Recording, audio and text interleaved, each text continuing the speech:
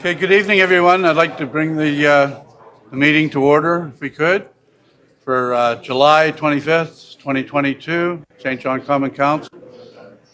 I want to thank you all for showing up tonight. It's a beautiful night to be in here, but we'll try to make it as short as we can. I'd like to take a moment to recognize our MP, Wayne Long, for showing up tonight. Thank you, Wayne, for being here. And other special guests. So, first item, Common Clerk, please. Thank you, Deputy Mayor. First item on the agenda is the land acknowledgement. Okay, over to you, Councillor Hickey. Thank you, Your Worship. A particular appointment to be able to offer this to Council tonight, especially after the events with His Holiness Pope Francis stepping foot on Canadian soil and offering apology for the impacts of the Catholic Church over residential schools and that impact on Indigenous communities.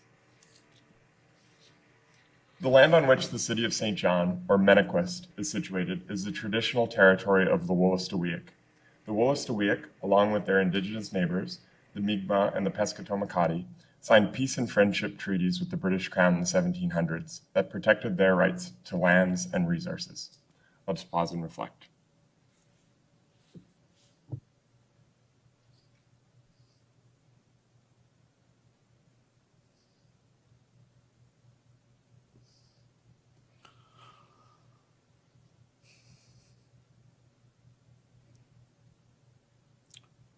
Thank you. Next item, Common Clerk.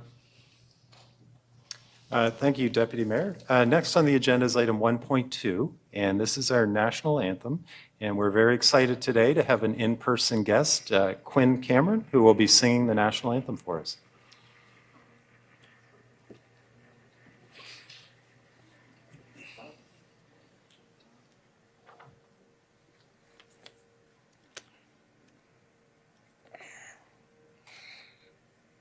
Oh, Canada, our home and native land, true patriot love in all of us command. With glowing hearts we see thee rise, the true north strong and free. From far and wide, oh Canada, we stand on guard for thee. God keep our land, glorious and free. Oh Canada, we stand on guard for thee. Oh, Canada, we stand on guard for thee.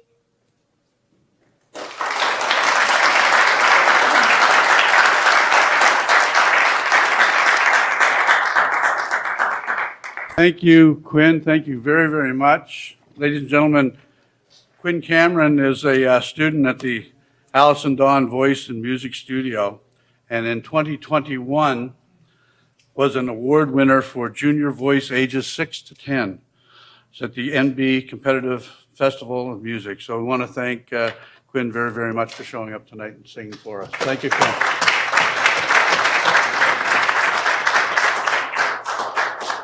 Next item, Common Clerk. Thank you, Deputy. Next on the agenda is item 2.1, the council minutes of July the 11th. Can I get a motion for the minutes? Councillor Hickey and Councillor Killen, all those in favor, signify by saying aye. Next item, Common Clerk. Next on the agenda is the approval of the agenda, and there is one addition that originated from Committee of the Whole, and the additional item would be the sale of 141 Victoria Street to St. John Land Bank, and that will appear on your agenda as item 17.1. Okay. Motion to approve the agenda. Councillor Harris and Councillor Ogden. All those in favor signify by saying aye. Opposed, if any. Motion's carried. Next item, Common Clerk. Next is disclosures of conflict of interest, if there are any. Okay, I'm not seeing any. Oh, Councillor Sullivan? 15-5.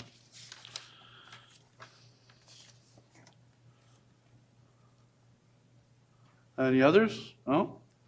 Okay, next item, Common Clerk. Next item is item 5, the consent agenda. Would you, Councillor Sullivan? Thanks, Deputy. I'll move items 5.1 through 5.12 inclusive. Thank you. Seconder by Councillor Stewart. I don't see any light. Oh, I do see a light. Councillor Lowe?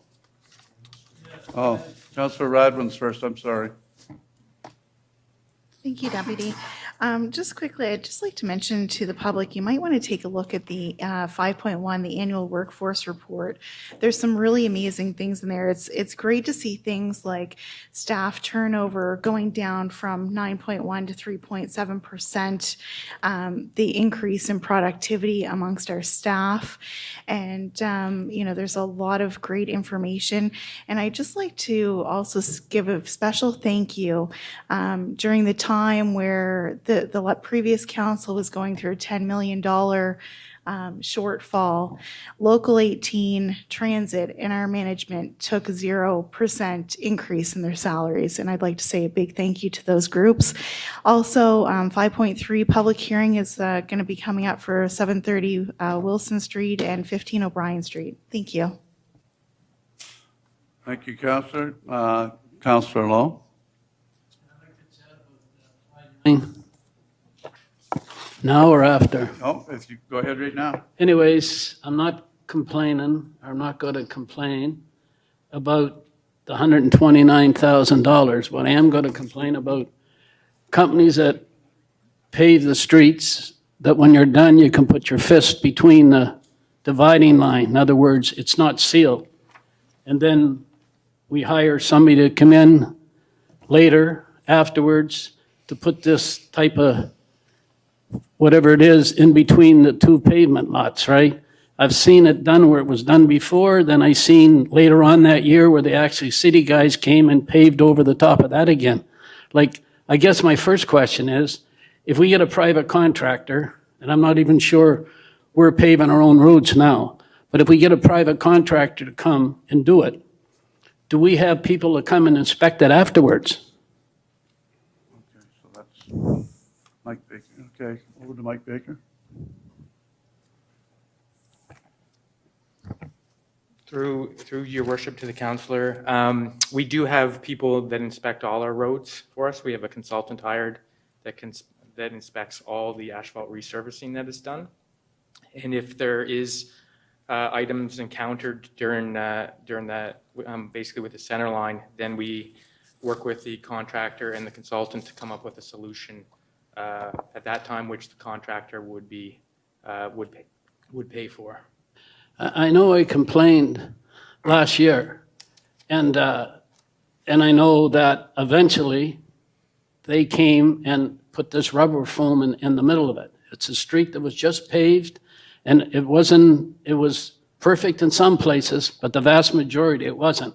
I could put my fist in between the two sides of it, right? Why can't we have our own people go and put actual pavement and roll the pavement in between that, and it would seal? Or would it seal, I guess? I'll ask that question. Basically, Councillor, or Commissioner Hugenholtz may be able to provide more detail on it, but the best way to do it is to cut it out and do a seal as opposed to basically patch it, because what happens if with freeze thaw, it would just pop out over time. I mean, once the winter sets in, the water freezes and expands. Naturally, we all know that. But like, we pay somebody to pave the street, and the cost of pavement now is ridiculous, right? So somebody from outside, you say, comes in and inspects it. I don't understand why we ourselves could not have a look at it the next day and get our people to go out, or get the company that did it to go and put paving back in it again, instead of paying $129,000. So we also have, we have a consultant hired that does the daily inspections, is on site when they pave, but we also have a city employee that manages the overall contract, and they're also on site. So they have a look at issues that come up and work with the consultant that we've hired and the contractor to come up with solutions for obstacles that have come up during paving. Anyways, okay, I mean, like, I mean, the complaints I get are from taxpayers, right? And when a taxpayer's complaining, it's a taxpayer that has to pay. But if the company's made to come back again and do it, then the onus is on them. And I can name, sitting here right now, I can name 5 and 6 streets in the last 2 or 3 years. Some streets had to be done all over, and some streets had to be patched. But anyways, it's just, when I read this article, it just bugs me that we have to spend $129,000 to get somebody to come in and do it, when the person that actually did it flies away somewhere else, that's all. So for that, they're actually responsible for 1 year maintenance. So there's actually a 1 year warranty from substantial completion or final completion. So anything that comes up, they're required to do. Anything after that, the city would take the responsibility for. That's fair, Mike, but the day I complained was 1 day after. 1 day. Okay, I understand, thank you. Okay, thank you. Worship, Councillor maybe? Lowe. Councillor Harris? Commissioner McGovern has a light on. Oh, I'm sorry. Your Worship, if I could just jump in for a second, just to clarify as well, that this contract is really to deal with, there are deficiencies, like Councillor Lowe has been mentioning, that occur on capital-related works. But this work is really intended to deal with asphalt that deteriorates over time. So as you have increased wear and tear on from traffic on streets, and it deteriorates, and you start to get cracks opening up, as you see along highways as well, which DTI does. We ensure that we fill those cracks with this rubberized material to avoid the expansion and contraction that occurs through the winter cycle, to avoid unnecessary premature failure of the street, and so that the street does last longer. Thank you, Commissioner. Councillor Harris? Thank you, Deputy.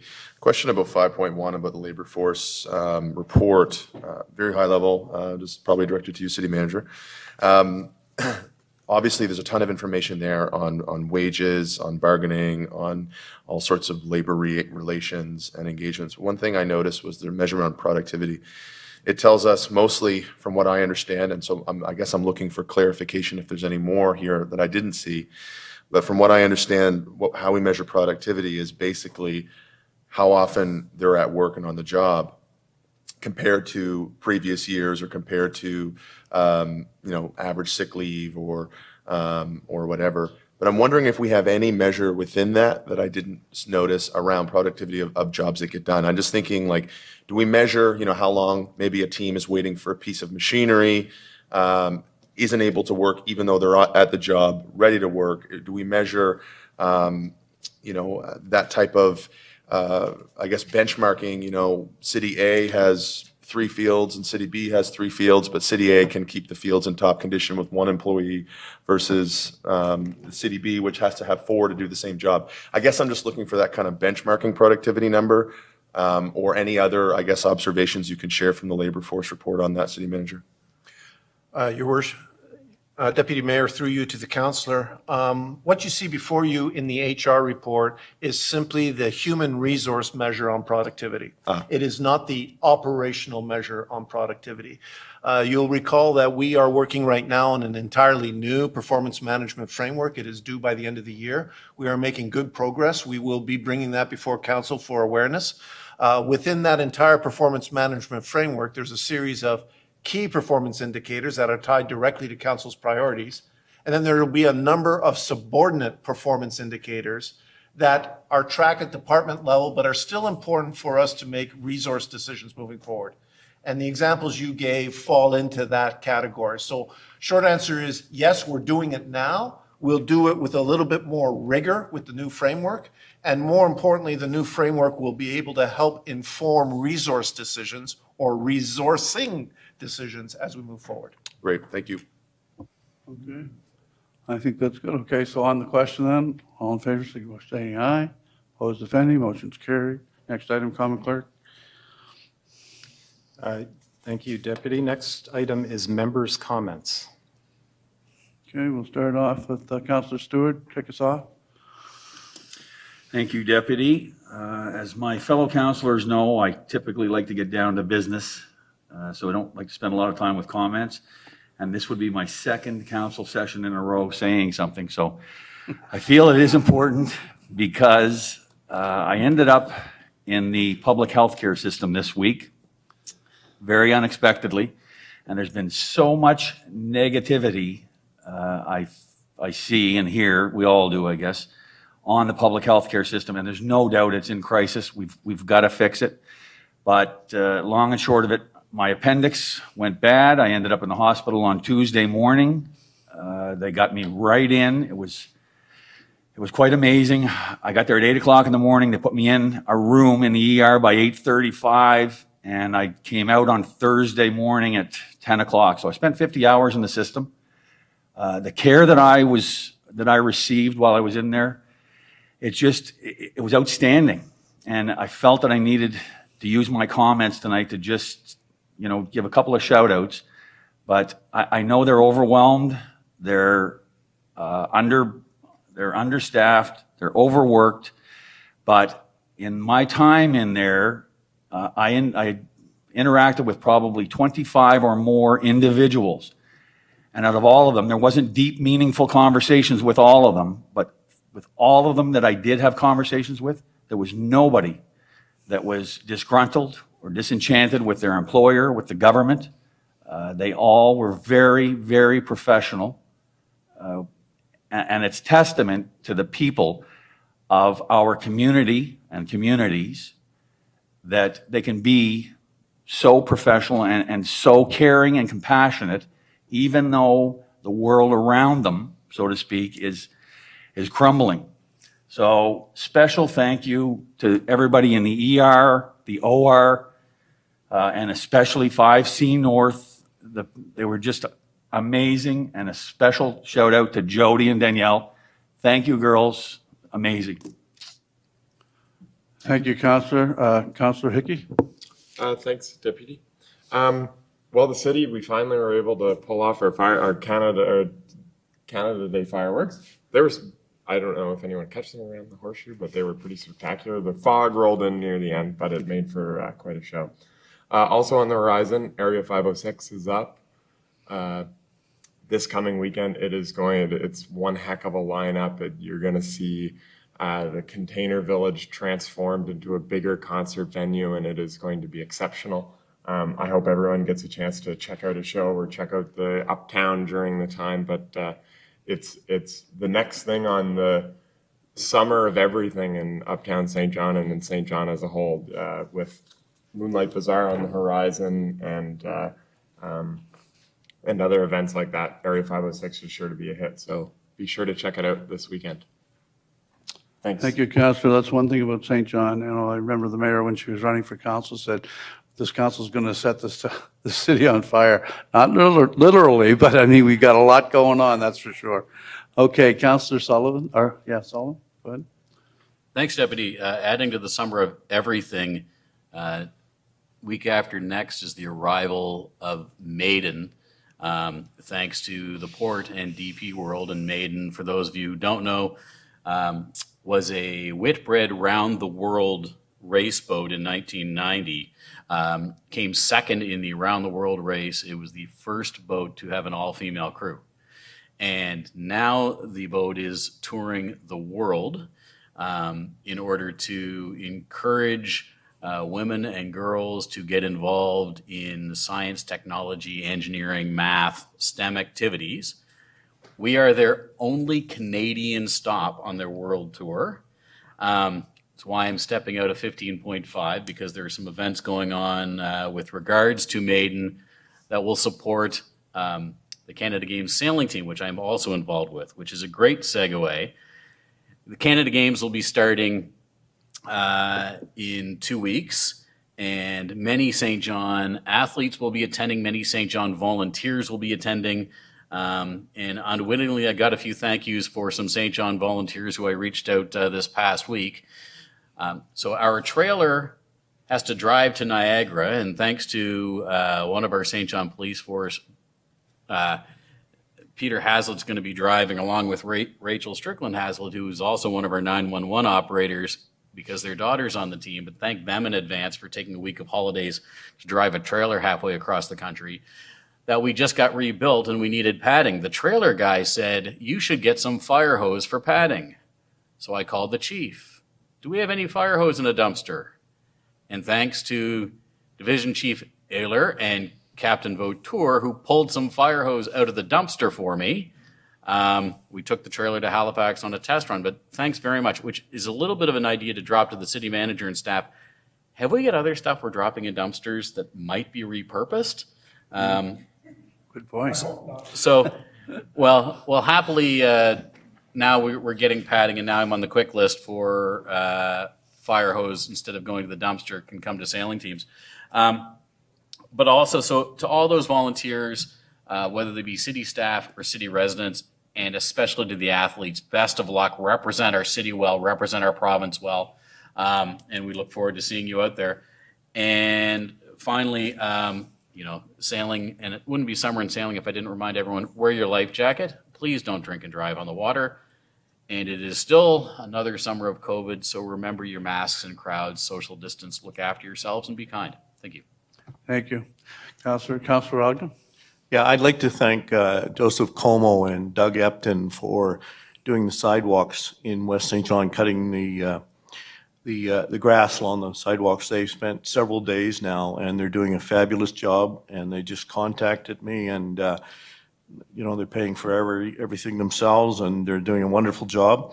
And I'd also like to thank the 3 artists who are doing the Welcome to St. John mural at Reversing Falls. It's about 14 panels, about 140 feet long, and it's in 12 languages, Welcome to St. John, but it highlights Syria and Ukraine, who are, I believe, our largest 2 groups of refugees, and the Syrians and the refugees have come over. We've done some Syrian and Ukrainian motifs and artwork and all kinds of things, and they're extremely pleased to see themselves represented in our city. Thank you.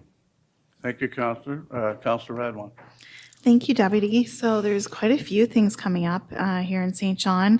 We also have Marathon by the Sea from July 29th to the 31st, as well as Sculpture St. John's going to be starting August the 11th till September the 10th. I once again have joined the Jumpstart Mentoring Program. If you don't know about this program and you'd like to help mentor a newcomer, you can reach out to the Newcomer Center. They're always looking for some mentors.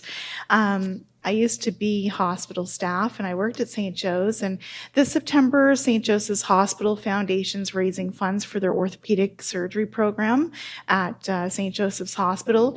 Enhancement to the minimally invasive suite will help surgeons reduce wait times for critical surgeries, including foot and ankle, shoulder, elbow, hand, and wrist. So please consider supporting their worthwhile campaign. I'd also like to congratulate all the City of St. John on having the first electric bus hit the streets in Atlantic Canada. That's really exciting. And I wanted to give a special thank you to Paulette Hicks and her team, actually, because I had a great meeting with them where they let me know exactly all the wonderful marketing that they're doing for the City of St. John and towns by the Bay. It's really great to see, and all the restaurants and hospitality, the whole hospitality industry is really starting to feel that business. So that's wonderful. Thank you for that. I also wanted to make mention that I got some lovely service today, as I always do, from Joyce's Corner. And I was just so impressed. And Dan and Sharon, Joyce are not taking any new business, but such an honest, wonderful family. And it's so important. It just kind of showcases to me how important it is to have local business here. But the thing that impressed me is I noticed something on the wall that showed that they were open for 45 years. And as people get worried about their doctors maybe retiring, I'm also worried about if my mechanic is going to retire. So I just shout out to them. They're wonderful. Just such a great business to have in our community. Thank you, Deputy. Thank you, Councillor. And Councillor Killen, you can wrap us up. you, Deputy Mayor. I want to call attention to two big things happening in the next week. So first is August 1st is New Brunswick's very first Emancipation Day. Thanks to the work of BLM New Brunswick, they were able to go through the province to actually create an entire day that represents the past history of slavery and how we can recognize that and move forward with the Black members in our community. And as well, we have St. John Pride Week. So we have an entire week celebrating Pride. And some people may think out there, wow, I thought that was June. So oftentimes it's misconstrued. So that is the United States. They had Stonewall riots. I had an entire movement that occurred in June in the 70s. However, in Canada, that is actually did not happen until the month of August. So we have taken on, just a little historical tidbit for everybody, we've taken that on here in St. John for a number of years in August for that reason. And so you actually, they don't unfortunately have a website this year, but if you go to their Facebook, there's an entire list of events. There's talent shows, there's art displays, there's markets, there's the parade on August 6th. So there's lots going on. So we'd love to see you out to support your LGBTQI+ community. Thanks. Excellent. Thank you very much, Councillor. Okay, Common Clerk, next item, please. Thank you, Deputy. So next on the agenda, we're into the delegation/presentation section. And the first item that we have scheduled is 8.1. And this is a presentation by Envision St. John entitled Place Brand Presentation. Okay. Lisa? Hi, good evening, Deputy Mayor and Council. We are happy to have Envision St. John, our regional growth agency, with us this evening to present the new Place brand for the region. Envision St. John, is the sales and marketing engine, as you know, for the region, and this brand really will help lift some of the amazing work that we're doing within the city and our neighboring municipalities. So this evening, we are pleased to be joined by our partner from Envision St. John, Paulette Hicks, who's the CEO, and I'm going to get your title right, Jillian. It's VP of Marketing, Communications, and Strategic Initiatives, Jillian McKinnon. Thank you. Okay, thank you. Welcome, Paulette. Nice to see you tonight. Yeah, good evening. We're looking for a 10-minute presentation Fast. and 5 minutes for council Got to it. ask questions. Okay, so I'm going to be quick. So usually I present, but I'm really pleased to actually give you some insight into our team and Jillian McKinnon and her team. This really was their big file, so I'm going to kick it over to Jillian. Okay. Hi, Jillian. Thank you very much. Really excited to be here. This is an important file for Vision St. John and the whole region, so we're really happy to be here. So as a region, our vision is to be a growing, vibrant, dynamic region. I don't think that's a secret or a surprise to anybody. And as Lisa mentioned, we are the marketing and sales engine for the region, and I want to talk about some of our pillars of growth. So this is where our focus is in terms of our marketing and sales efforts. We really have a focus on population growth. That includes targeting students, immigrants, repatriated residents, and workers. We also have a lane that's specific to businesses, entrepreneurs, investment attraction, and real estate development. And then, of course, I think many people are familiar with our destination marketing efforts, which is really about targeting regional, national, and international visitors to the region. So at Envision St. John, we do manage a complex brand ecosystem. So you can see in the Venn diagram, what we're going to talk about primarily is the left circle, which is the Place brand, where we're really focused on growing our population, growing our business, attracting students. But there is the destination brand, which is Discover St. John in the Towns by the Bay, which is a brand that we launched in 2021, and we've continued to evolve that to represent, it's a fulsome representation now of the region and the experiences that a potential visitor could have here. We obviously have the urban experiences here in the core at City of St. John, but we also have wonderful trails, parks, and beaches and other amenities in the other outlying municipalities.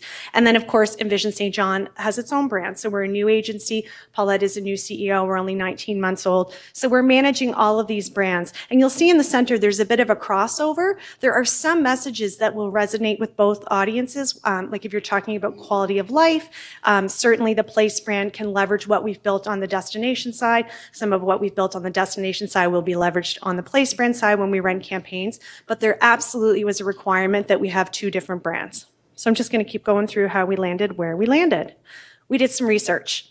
So a place brand is really that distinctive, authentic, memorable representation of the St. John region. It's the North Star. So when we're building marketing and sales materials, we want to line up to what our place brand is, which really represents the region. So this was done through an online survey, but actually I'm going to back it up. Before we get to the survey, Paulette, when she joined the agency in February of 2021, did a listening tour for about 90 days. So Paulette went out and talked to stakeholders, businesses, agencies, and she heard time and time again that one of the areas where we were falling down as a region is we didn't have a place brand. We were not consistent, we were not loud, we were not leveraging and amplifying all the great work that's being done in this municipality and the outlying municipalities. How could we come up with a cohesive brand and actually make that loud and really be proud of what we're doing here, not just at a local level, but at a national level and ultimately on a global stage. So that's what this is about. That was further validated through the work of our inaugural strategic vision in 2021. So through that process, we also looked at what are those natural infrastructure, cultural, social, what are the attractions, what are the natural amenities that we have here, what are the things that we should really be leaning into. So we built a mood board.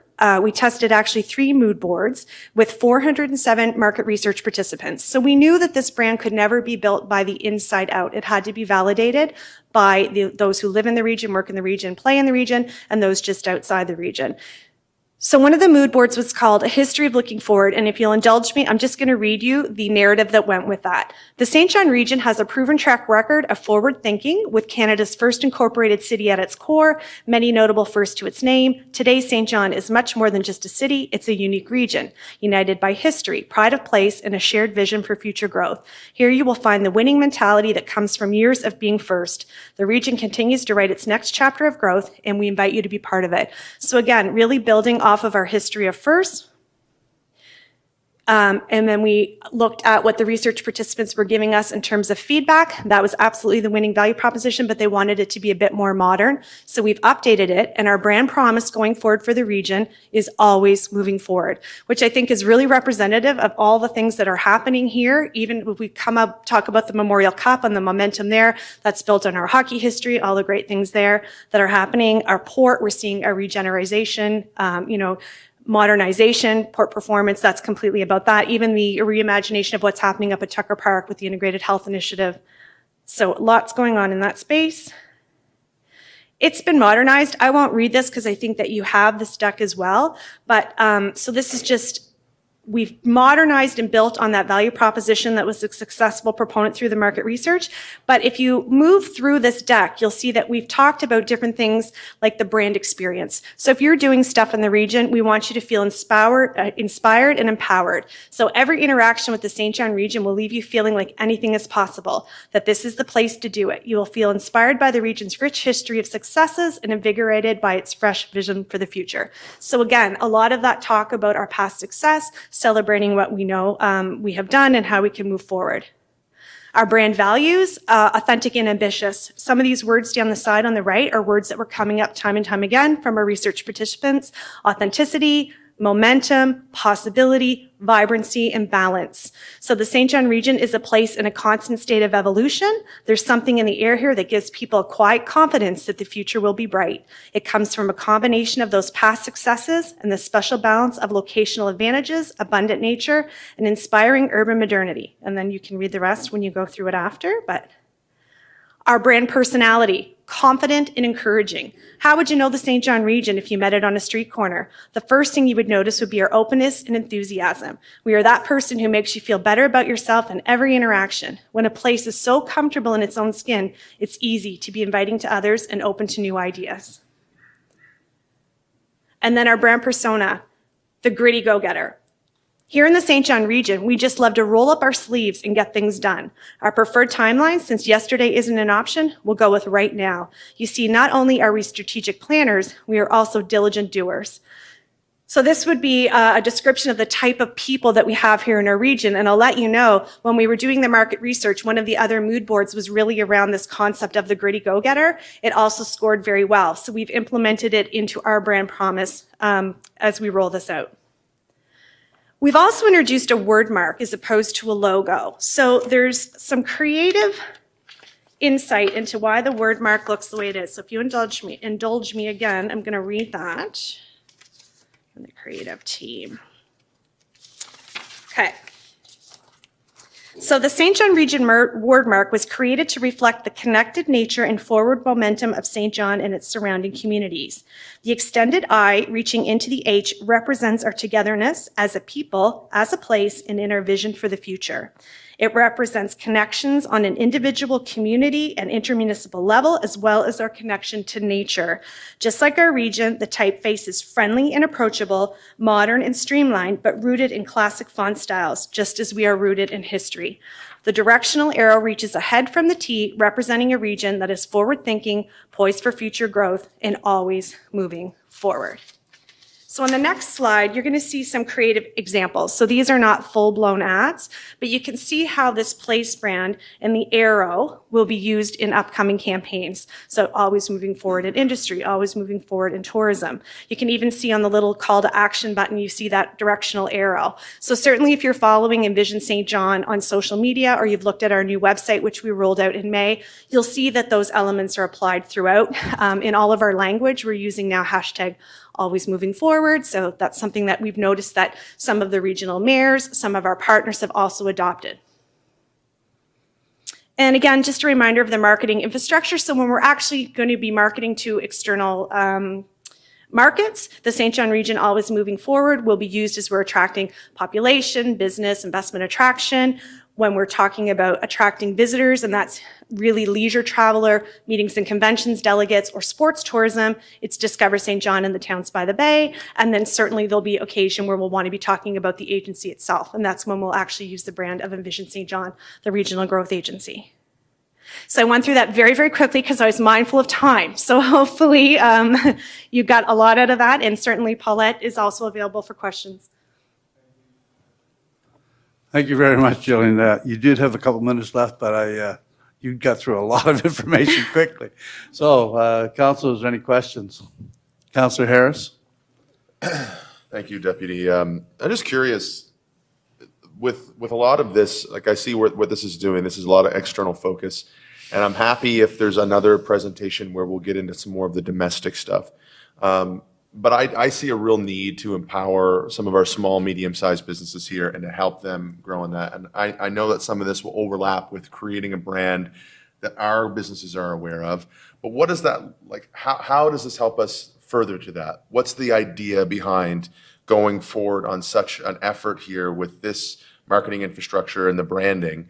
How does that help us leverage, people who are looking to move to more affordable markets, to grow, small, medium-sized businesses, or to bring people in to support the small and medium-sized businesses that we have here who are desperate for that workforce? So I'm just trying to connect the dots here to how you see that all coming together to build that outcome. No, it's a great question. Thank you, Councillor Harris. So here's what I would say. As much as we're sharing this and it sets the stage, it very much is internal as well. So it is an empowerment tool. A lot of the examples you guys talked about and shared tonight, it is then that spirit of gritty go-getter, moving forward. So the agency's actually got to embark on spending and investing dollars into a local campaign so people can see themselves in this. And we're not going to do it like you're seeing inside baseball here. This is not typically how you would roll out a place brand, but you are our municipal investor. So we want you to understand how we're building this. Very deliberate, very thoughtful, very authentic. It has to be true. So when we go to market and we start to overlay this, we hope that, whether you're a business of 5 people or you're a business of 500, these are the amenities that are in your toolbox to help attract people, retain people. So you were going to start to feel that personality, because this really is a place brand. It is our personality. It has to ring true, and it has to be at the ground level. So we feel that we're embarking on something. We have never had a place brand in the history of our region. This is new. We know successful destinations and successful areas have strong place brands. There's a meaning. It's a feeling. It's somewhat intangible. So we're really playing on that and then building out strategies in behind it. And that makes sense. So I guess what I'm hearing, just to clarify, one of those strategies will be to make sure that the spirit of this place brand is really digestible. But is there a plan to then help bring on some of those smaller and medium-sized businesses? They can also be those ambassadors that we need to carry that. Yeah, so I'll just jump in on that one. So in mid-September, we're actually going to launch this within the region. So we can't go to external markets until we have some of those people on as ambassadors. So you'll see billboards, you'll see hear some radio spots, you'll see some digital advertising, as well as if you are following our social and on our website, we're really building out a number of growth stories. So we will socialize it here within the region first. The next part of that is actually developing a toolkit, I'll call it, so it would allow other partners, other small businesses. We know that we have a job to provide them with these sales materials around why St. John. So even on the website now, we've devoted a page that's really consumable. It's got 9 icons, 3 things under invest, 3 things under live, 3 things under visit. So we're trying to make it really easy for people to actually want to dive for more information. So we're going to provide some of that toolkit to businesses, to other partners. That would be a goal of ours, probably late this year, to be honest with you, with something that's probably a bit more robust in 2023, but certainly supporting people who are also in the business of attracting new people and new business here. Right. Okay, thank you. Thank you. Councillor Radwan. Thank you, Deputy. So through you to Jillian. So you kind of answered my first question, but I'm just wondering, so once you were kind of selling this to the area, then how are you going to incorporate it, selling to different areas? And I'm just wondering if you already have your strategy on where you're going to do it. No, certainly we require a bit more strategic discussion, and there's certain areas of focus that we've started to talk about internally. Certainly there's growth opportunities, things around the port, logistics. There's also, the digital health space, but, and Paulette, feel free to jump in, but we're starting to figure out through our work with the ecosystem where those transformational growth opportunities are, and then that will help dictate as well where we maybe should target some campaigns. When you talk about population growth, we're looking at data. What are the things that are resonating with people? Where should we be sending some of those messages? But certainly that's activity that will be very, much more comprehensive in 2023. And I do have another question that I have asked you privately, but I think this body would love to hear the answer. So how do you envision the brand of St. John and Towns by the Bay not colliding with the brand of St. John brand? Yeah, so Discover St. John and the Towns by the Bay is really a destination marketing brand. And I'll ask you to do a bit of a comparison. So Tourism, Heritage, and Culture is the name of the department at the provincial level, but their brand is Explore New Brunswick. Then you have Opportunities New Brunswick. So it's not unusual for a municipality or a provincial or even a federal, agency to have several brands. So Discover St. John and the Towns by the Bay is really where you're going to go and you're going to find great information on events. What's the next cool cafe? Where are the best trails? What are those quality of life, leisure activities that you might want to have? So that's where the crossover is for a potential new resident. But if you are a visitor, you are not necessarily interested in our school system. You just want to come for the weekend and have a great time. So there had to be a differentiation. So our destination marketing channel will continue to be Discover St. John and the Towns by the Bay with that flavor. And then you'll see the St. John region always moving forward on our Envision channels as it continues to, or starts to actually market to, potential new residents, investment attraction, entrepreneurs, so on and so forth. So I hope that helps. That's great, Jillian. Thank you. And I just wanted to say I was really impressed with your dashboard. So I encourage people to take a look at that, which is online on your website. Thank you, Councillor. Councillor Hickey, you're next. Thanks, Deputy. Thank you both very much for the presentation. Is there any indication once this place brand is launched what assessment's going to be made on it from a perspective of KPIs in terms of how it's performing and how it's driving the narrative that's discussed in it? So we have as one of our 10-year outcomes to improve the region's place brand. And just so you know, we actually have a benchmark survey with narrative research in market right now. So in order to know if we're making progress, we had to develop a benchmark. So we've engaged our research partner again, and we are currently in market now. We're going to gather a baseline of what people are saying and feeling and hearing about the region. We'll probably do that every 2 years. So we'll give ourselves a couple years to actually get some campaigns out there, get our partners using it as well. Hopefully this is aspirational for people, and this is how people are going to want to deliver customer service, and this is how they're going to want to talk about their own businesses, always moving forward, that spirit of momentum and vibrancy. So we are going to continue to measure it. So the first measurement's out right now. Okay. And in that spirit, I guess non-specific to the place brand, but to Councillor Radwan's point, can you just mention briefly that dashboard because I do really like it. There's some great assessments in there in terms of how we're doing now beyond the place brand. So part of the mandate of the agency is to get a snapshot on how well are we doing, like what really makes up our region. So the dashboard will give you a snapshot for the region. It's not a snapshot of the agency, it's a snapshot of the region. And it does give you a sense of whether it's visitors, whether it's hotel occupancy, whether it's building permits. It just gives you a sense, are they moving forward? If we're not, and sometimes the arrow goes down. For example, cruise, for example, was 0, but guess what? It's going up. So I think it does give you a snapshot. So someone that's looking at our region, whether it's a potential investor, whether it's a student, whether it's someone locally, you really start to get to know the region. So, and it is about transparency. We are who we are. And that's all about the brand as well. When you get here, we want it to be authentic. And we're happy to share how the region is doing it in our dashboard. What we've committed to, the dashboard you will see if you go on our website now is the first version. We're committed actually to do a second version that's well underway for redevelopment. So we're going to continue to evolve this. And I'm sure many of you would have seen the dashboard with the Halifax Partnership. They're 27 years in. We're 19 months. But you know what? We're shooting. We're ambitious. We're certainly wanting to share our story.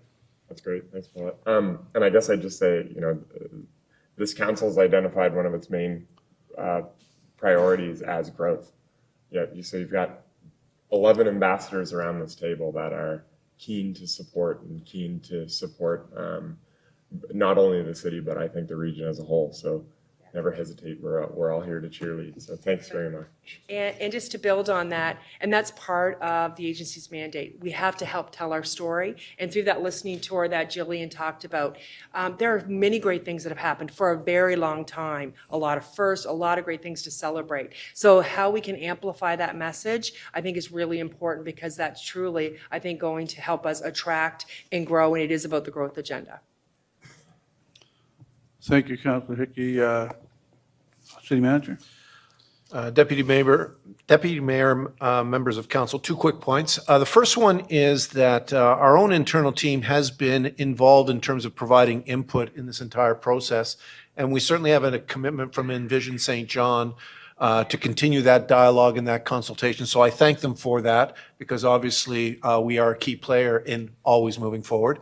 The second point that I wanted to mention to council is you will recall that on our work plan for 2022, we do have a work plan initiative to develop our place brand, the City of St. John. That work will occur. It is programmed. It will be led by our Director of External Relations, Lisa Casey. That place branding exercise is not meant to be contradictory or not aligned or anything of the sort. In fact, not even sure that we'll identify any key areas where we have to expand, but maybe we do. So that work will be undertaken in the fall to ensure that what needs to be said about St. John, the city, is either captured within the regional place brand or is captured in our complementary material that will follow. And of course, council will do the necessary reviews of that as we develop it. Thank you. Thank you, City Manager. Jillian Paulette, thanks so much for coming in. I love that word mark, the St. John region, and I appreciate your explanation on it. I get it. I think a lot of people will now. So thanks so much for coming in. We appreciate you being here. Thank you very much. Next item, Common Clerk.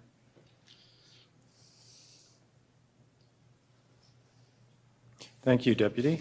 Next on the agenda is another presentation. This one is entitled Suicide Prevention, and the guest speaker will be Gregory Zed. He's a registered social worker and suicidologist. And Gregory will be joining us online tonight. Thank you. Mr. Zed, can you hear us?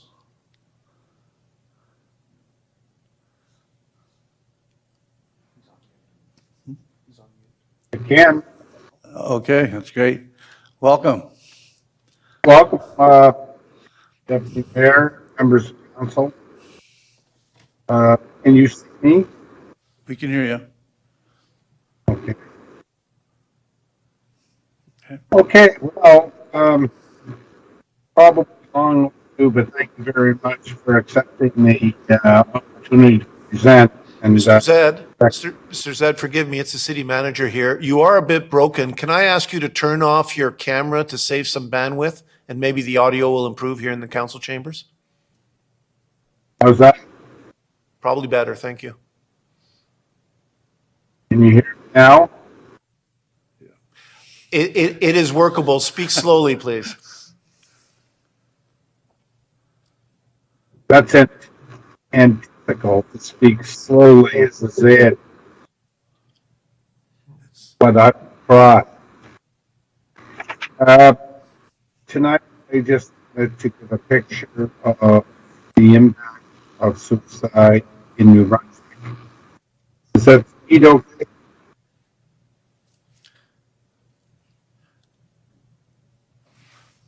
I th- We could check it while we do the next presentation. Okay. And if it's not better, we'll have to reschedule to the next council. Okay. Mr. Zed, can you hear me? Yes, I can. We're going to go on with the next presentation and try to get your audio fixed. If we can get that done by the time the next presentation's over, we'll be coming back to you. If not, we'll have to reschedule, okay? Mr. Deputy Mayor, I have a suggestion because you're running late. Why don't I, when I reschedule and come in person? Sure, that would be great. We'd love you to do that. Okay. Deputy Mayor, you're going to have a motion from council to table this presentation. Okay, can I get a motion to council, to table? Councilor Harris and Councilor Hickey. All those in favor of tabling the presentation, signify by saying aye. Opposed, if any? Motion's carried. That's unfortunate, but we will have him here in person the next time around. Next item, Common Clerk. Thank you. Next item on the agenda is a presentation. It's item 8.3. It's from Adoringly Shire, and we have Alice McKim, a teacher at St. John High and a founding member of Adoringly Shire, here today to present.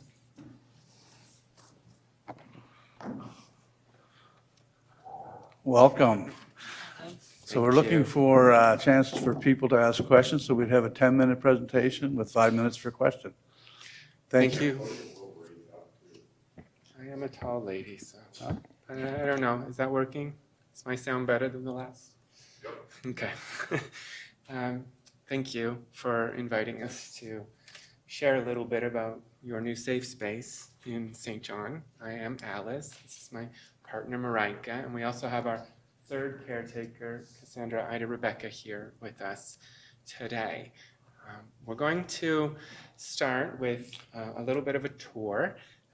Three of you, councillors Killen, Hickey, and Harris, along with our Member of Parliament, Wayne Long, have been through our space, and we thank you for that. The rest of you are, of course, invited. We'll have grandma cookies and hot coffee for you, free, of course, because no money ever changes hands in our space.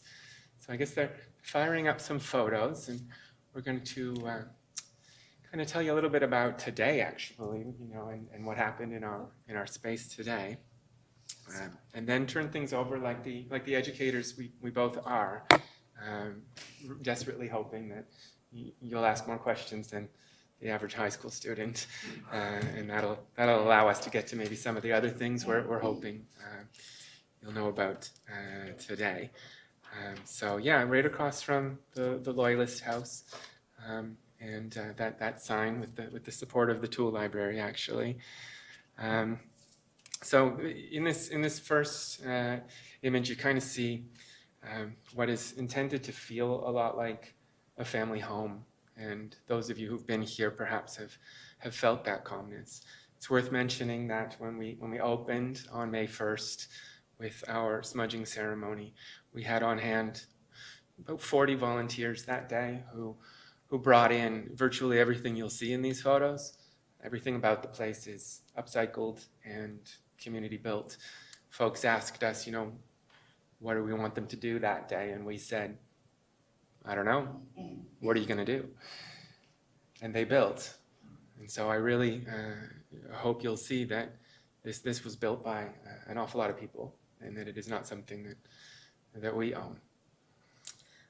These tables typically host youth and adults, most of them of the rainbow, but also lots of them allies.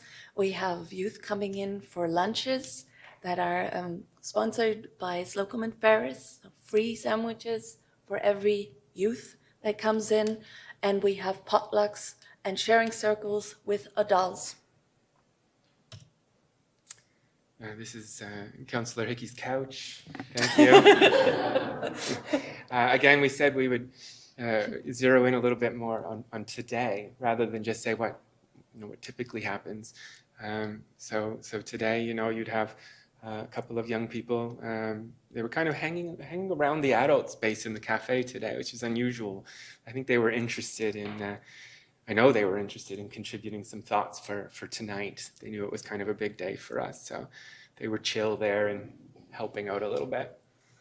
We asked them what they think is the most important point for us to make tonight here at City Council, and they said the Shire, for most of us, is another home. It's a place of belonging, and it's a safe space in St. John, where it's unfortunately not always safe everywhere. They know that there are wonderful people in St. John, and a lot of people are supportive of them. But they also know that they get barked at in the street by some, and that they have all experienced harassment in school and in the streets. We're a drop-in center, which makes us distinct from one of our favorite organizations in town, Chroma NB. I think it was wonderful you honored their board president, Alex Ash. They are good friends of ours. And today, actually, Tanya James, who runs the day-to-day with Chroma, dropped by, returning our progress flag, and we did some planning together on how we can have a bit of a party after the afternoon parade during Pride Week, which will link events at the St. John City Market with some chalk paint that will lead everybody up towards the Shire. We're just 4 doors up. So there was a little bit of planning that took place today in the cafe area. I'm glad we can connect a little bit to the presentation from before. You see the words in our window, and it's also many different languages welcoming people to the Shire.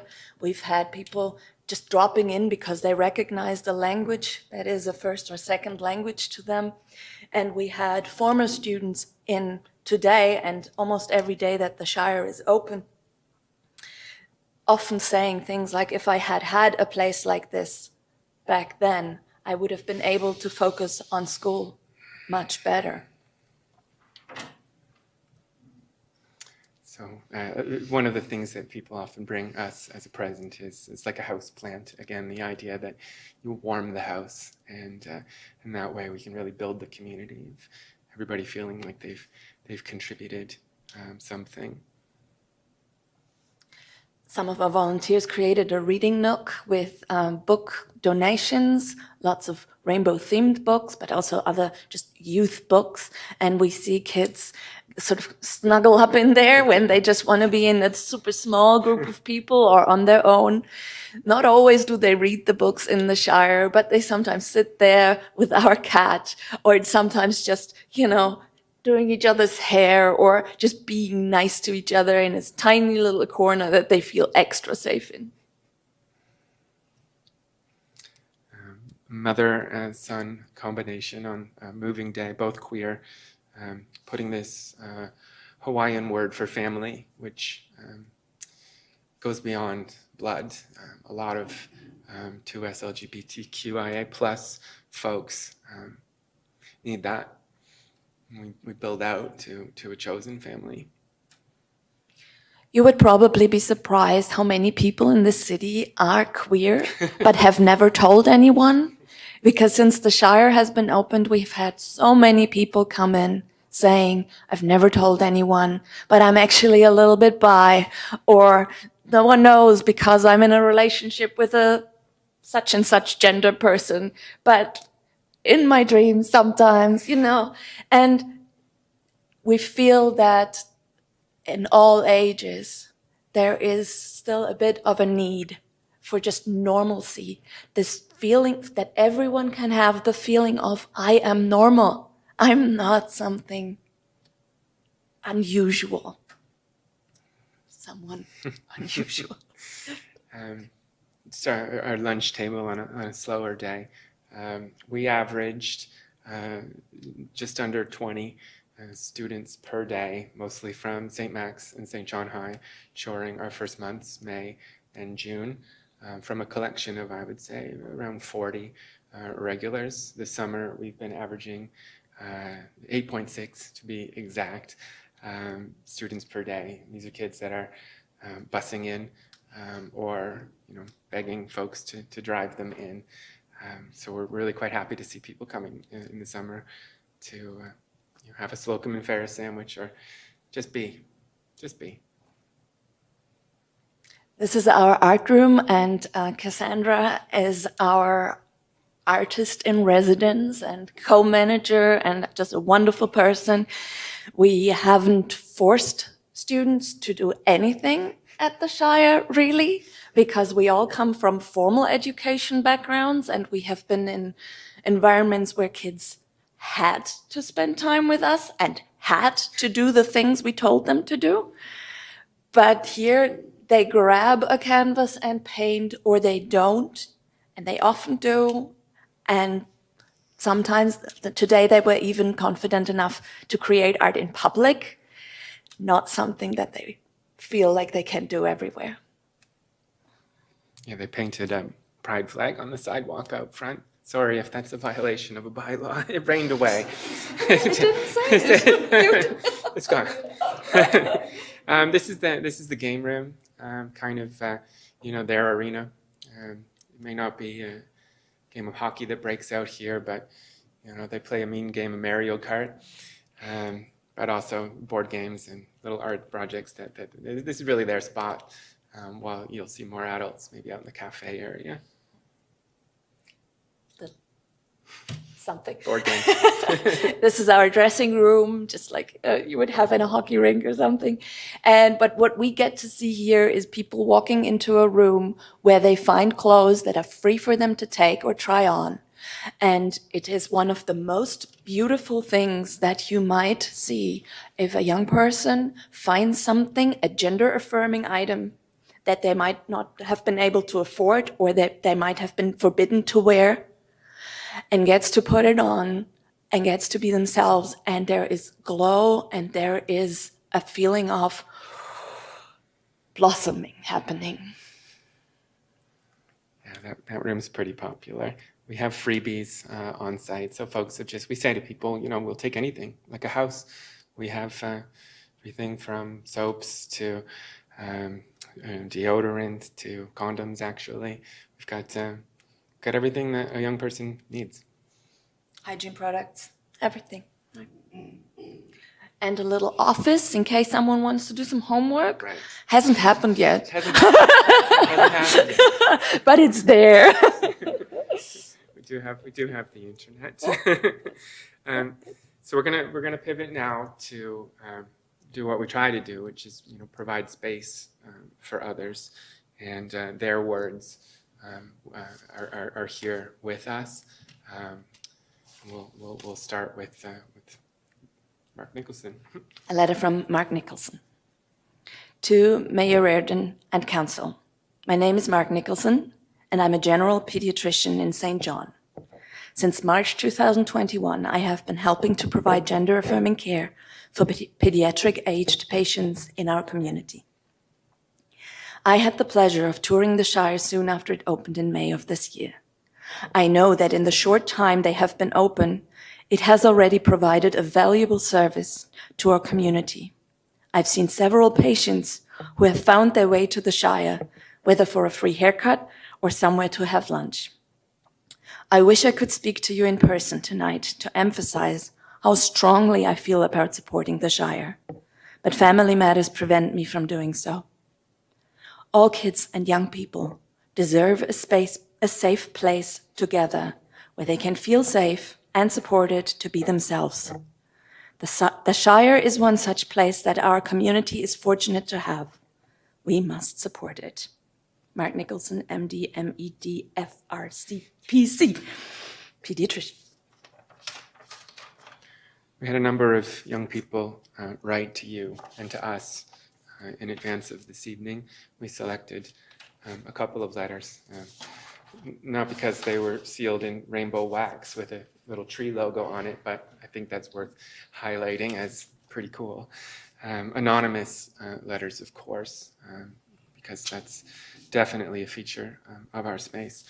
So I'll open with this one. We've printed off copies for each of you that might be tricky to hand around with all this glass, but we will leave for you. I am writing anonymously because I would like to express my gratitude. I am a 16-year-old high school student, and the Shire is so incredibly important for me and has been more of a home to me than my own. I don't have the best home affairs, and the Shire helps me so much. My home doesn't supply sanitary products and will often degrade me for eating or being creative. Some days the Shire is the only place where I feel I belong and where I can express myself. It provides me a meal, and often that meal is the only one I've had all day. Not only is the Shire providing me with my emotional needs, allowing me to feel welcome and free to express myself, I could be social and work as a team with people playing games or simply talking to one another. And this is an opportunity that has been lost or limited over the past years. And I know this place has also helped many others find who they are and start to socialize in a safe and welcoming environment. I am beyond grateful to have the Shire, and I don't know what I would do without it. And as I lead into the other one, we didn't know your agenda this evening, so to have a suicidologist on just before, it's not what we're going to talk about this evening, but it touches our work in many ways and in many age groups. This is a piece of art from this young person.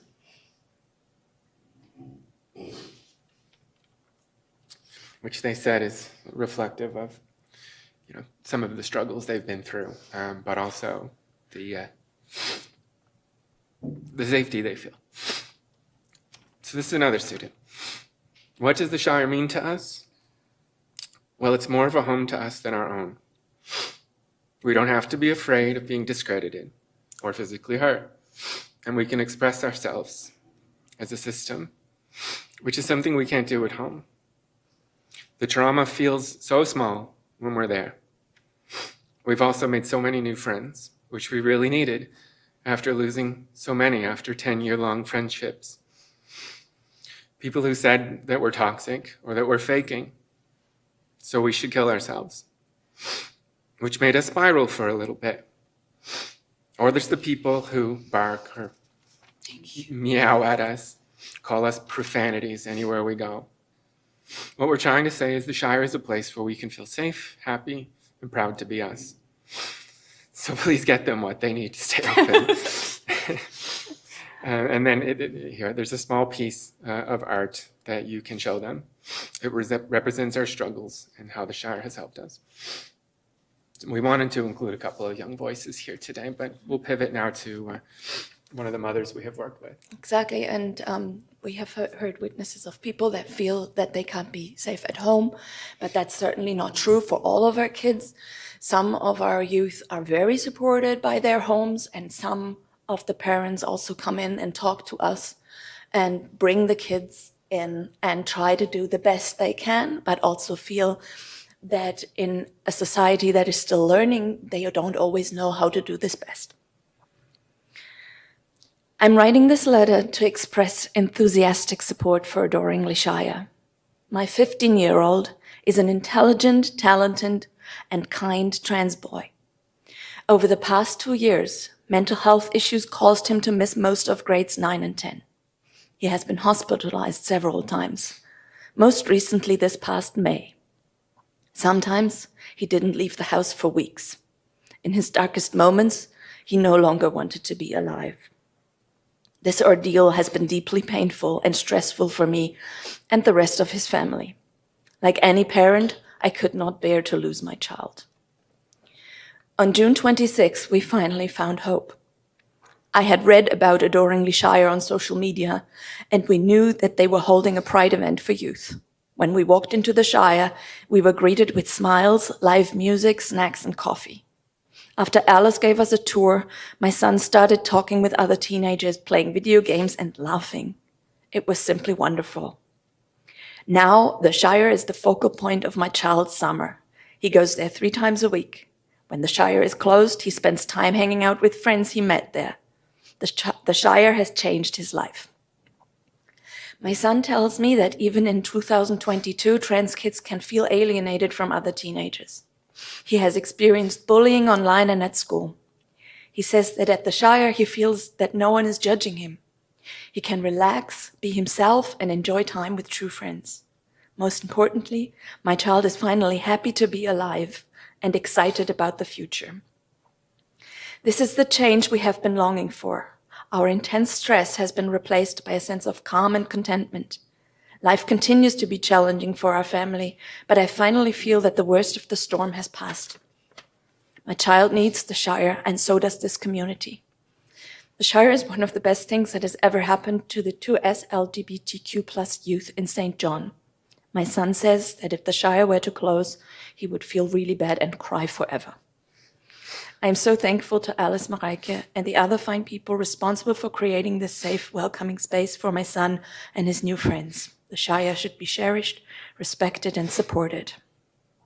Please consider giving what you can to ensure that the Shire will continue to improve the lives of youths and their families. And this is something we have experienced often, that families come to us in the greatest distress. And with gender being a topic that they constantly roll back and forth in all occasions, and that gender becomes a non-topic at the Shire because it doesn't need to be argued. It's like so don't they talk about gender all the time? It's like, no, because everyone just is.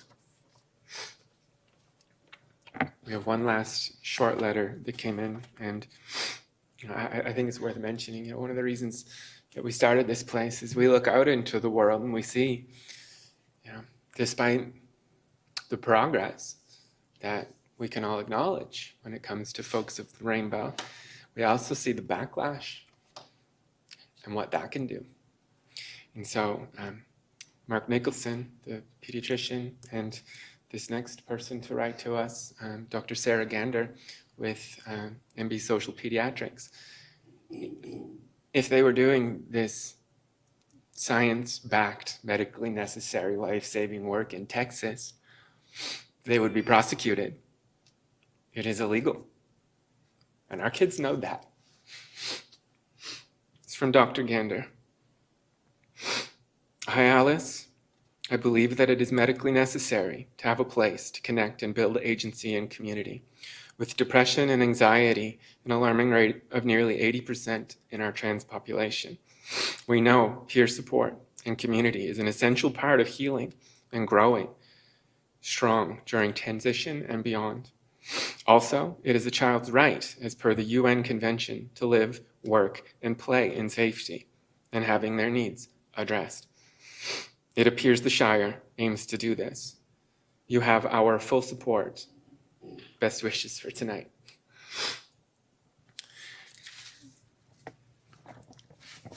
I am an immigrant to St. John. I am from Germany. And I have recently Googled, what is it like for LGBTQ people in St. John, right? And the first hit that I found was not very flattering. It was a Reddit post, so not something serious, right? But the first hit about St. John and LGBTQ was stressing conservative city, not very diverse, and maybe not the best place for LGBTQ people.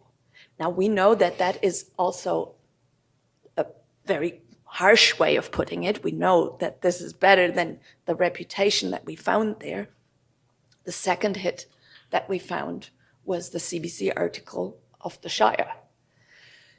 For someone coming here, whether it is for travel or whether it is for business or for settling down, it's relevant whether there is safety. We are, as we heard before, always moving forward, and we're currently the last city in the Maritimes that has created a safe space for LGBTQ people. But we are always moving forward, and we want this place to stay open and to keep being a home. Okay, well, listen, I think this is the most, I don't know how to put it. I knew that tonight was going to be an eye-opener, and I knew it was going to be a bit emotional because we had Greg Zed first, and then you, Alice and Rika. But I'll tell you, it's been a real learning evening. I'm so proud of you guys for making this happen. Everybody needs a place. Everybody needs a place where they have to feel safe. And I can tell you that there's a lot of families out there that worry about their kids, their brothers, their sisters, their family members, all the time. And they thank you for making a safe place for their family too. So I'm going to take a couple of questions. We're at the 21-minute mark, but I'll give Councillor Ogden to start us off. Yeah, Alice, Marika, I'd like to thank you for making people feel safe and welcomed. And Alice, I'm really honored that I shared a classroom with you for a long time, and Same. really, really taken with your caring. And I think you made a really good point, is that we're still learning. Thank you. All of us. Okay, thank you. Councillor Sullivan. Thanks, Deputy. Thanks so much for your presentation. It's funny, some may leave thinking this was heavy. You guys are just filling my heart. I also work in education, and many, many, many years ago, there was research done into what supports youth and helps youth become successful, and they were called developmental assets. And one of the most significant assets that youth at risk were missing was positive adults in their life that weren't family members. And for so many of our at-risk youth in the city of St. John, country of Canada, they are missing that. People live busy lives. Many families don't have the capacity to be able to go pay for whatever activity. So to offer a space where no money changes hands for those youth to go be, but most importantly, and you guys kind of downplay it, but I'm not going to, having the adults around them is incredibly, incredibly important to their future success. And appreciated that parents are there, and you've got parental support as well, but it's not just the parents. They need to see that there are other adults in society that support them. And so important. So I will ask one important question here in a second. The things you've left me with, society that is still learning. That is my optimistic view on St. John, is that we are still learning. And thankfully for so many of our youth, they are the ones teaching us. So maybe if we have you back in a little bit, in another year's time, I'd love to have some of the youth come with you if they feel comfortable to do so, to help share their story. And so and I think you made it clear, if people have stuff to support you, they know where to find you. Let me ask the question you probably don't want to ask. How can people give you money? If there are people listening, we've got some business owners sitting around the table, some connected people. We've got an MP here tonight. I am sure that something like this, and I'll direct you from council, we do have an annual call out to help support organizations like yours. So I would highly suggest you look to that when it happens. But if there's anybody around here or out there in internet land, how can they help you?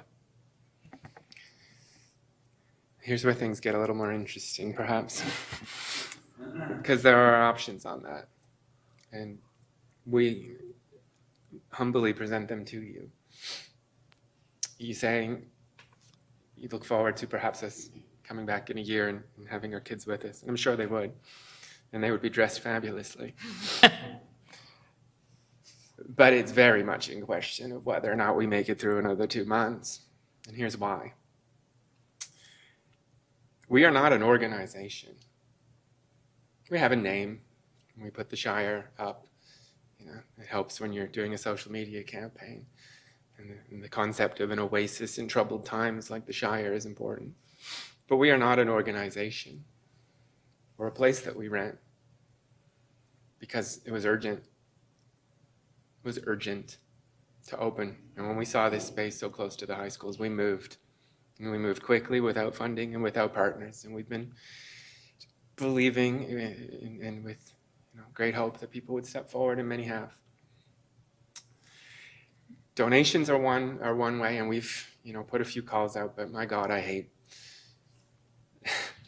We find that the people that cannot afford it the most are trying to be the most supportive, and that we are finding it very difficult to accept donations from people that are either struggling themselves or are immediately off the rainbow or are super small businesses.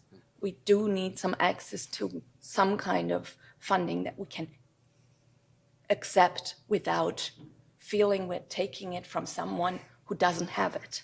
Ukrainian refugees, Sub-Saharan Africa, lots of other local causes.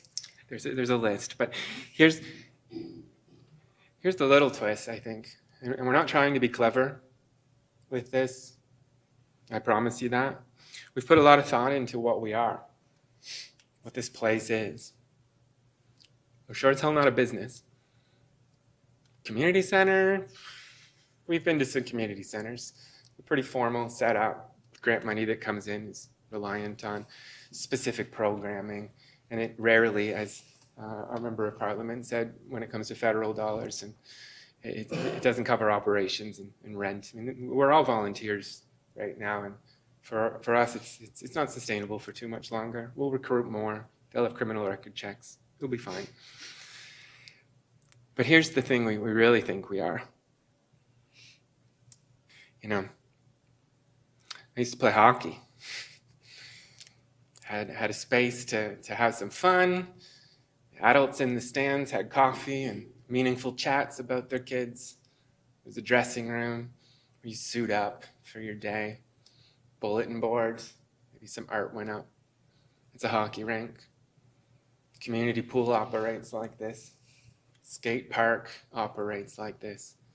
So we're here to suggest, without any expectation of receiving an answer today, but hopeful that a conversation be had around these tables, we're here to suggest that we are one of St. John's newest recreation facilities, that we belong as something that the city owns and runs. We have no ego attached to the two of us running this place. We care only that it stays open. And we look at these other safe spaces because you provide them. You provide safe spaces to kids. You provide them hockey rinks and skate parks and pools. But these kids, they're not safe spaces for them.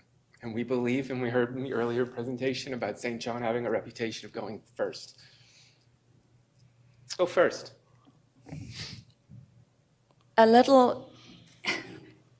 Alice at a hockey rink as a young person. You could say she was affirmed as a girl because she was often called a girl, but it wasn't meant to be affirming. It was meant to be an insult. That's why these kids cannot always go to all the places that the city offers. This is about giving access to city services to a group. In some cities, like Fredericton, Vancouver and Toronto, they have LGBTQ boards that advise to the council. We're not asking about that, but we're asking for this to be kept open by the city so that these people, this youth, can access city services, that they can leave the house, go to a safe space first, but then also step by step feel more confident to go into other spaces in the city again. Okay, I'm just going to let the city manager step in for a minute. Sorry, because- if I might just. Oh, go ahead, Councilor. I do appreciate the big ask. it's probably a longer-term answer for us. I am really serious about a shorter-term answer. If we're going to go tap some people on the shoulder to help you make next month's rent or whatever else you need. Ask rich people, please. What's that? Please ask rich people, Yes, not poor no, people. I in organizations, but do you make the check out to the Shire? Do you have a parent organization that helps you out with that as you're getting together? Really, honestly and truly, if I were to go find some money from somebody this coming week to get to you, who do I make the check out so that they can write it off on their business? Two paths for that medium ask, shall we say. Since we're all volunteer, we're looking at about $2,000 a month as our expenses. We feel that's pretty low. It's one of the reasons we grabbed this spot, because the rent is $1,600. So we're looking at $25,000 for a year if we keep running as all volunteers. The two of us, when it comes to management, it's not what we do. We're more like social workers. We're teachers. We serve lunch and we talk to kids. I sweep the floor, and I love that. But on the management side, it's not great. So we could use managerial support. $2,000 a month is what we need, but who the check gets made out to is Councillor Sullivan's question. Adoringly Shire, we do accept money, but we are not, as I said, an organization. So adoringlyshire@gmail.com can, at times, receive e-transfers, and we'll write up a receipt, but it won't help you with your taxes. PFLAG St. John, which I was asked to run by my predecessor at Teachers to Kearney. PFLAG St. John. Officially, we are serving PFLAG lunches. We host PFLAG potlucks, PFLAG events in the Shire, because PFLAG has a little bit of money, and they can receive donations at the federal level that do produce tax receipts, and then PFLAG And they will St. make John. sure you get the money. PFLAG St. John pays for the rent. Now, they're an all-volunteer organization too. We don't see the money that goes to them federally until November. So a bit of a hiccup, actually, because some money has gone through the federal level, but we won't see it till November. So our runway, we can make it through the end of September with what we have now.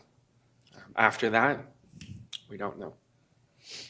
Okay, City Manager, did you want to jump in? If I could, Deputy Mayor and members of council, I don't think we need to overthink this, nor do I think we need any resolutions of council or anything else. I can certainly undertake to work with the staff and figure out a way to support the Shire the way they need to be supported, full stop. We are hiring a community services manager based on the will of council and foresight of council from the last council meeting. This is right in line with what we want to do with that sort of entity and this sort of organization. So I really do not see an issue with providing support to the Shire moving forward. Thank you. Thank you. Of course, it will have to come back to council with the plan for your review and approval, but we'll take it on and take a look at it and figure out how we can do this and course. provide recommendations back to council. Of course. Okay, Councillor Killen and then Councillor Hickey. I'm so glad I got to speak right after that.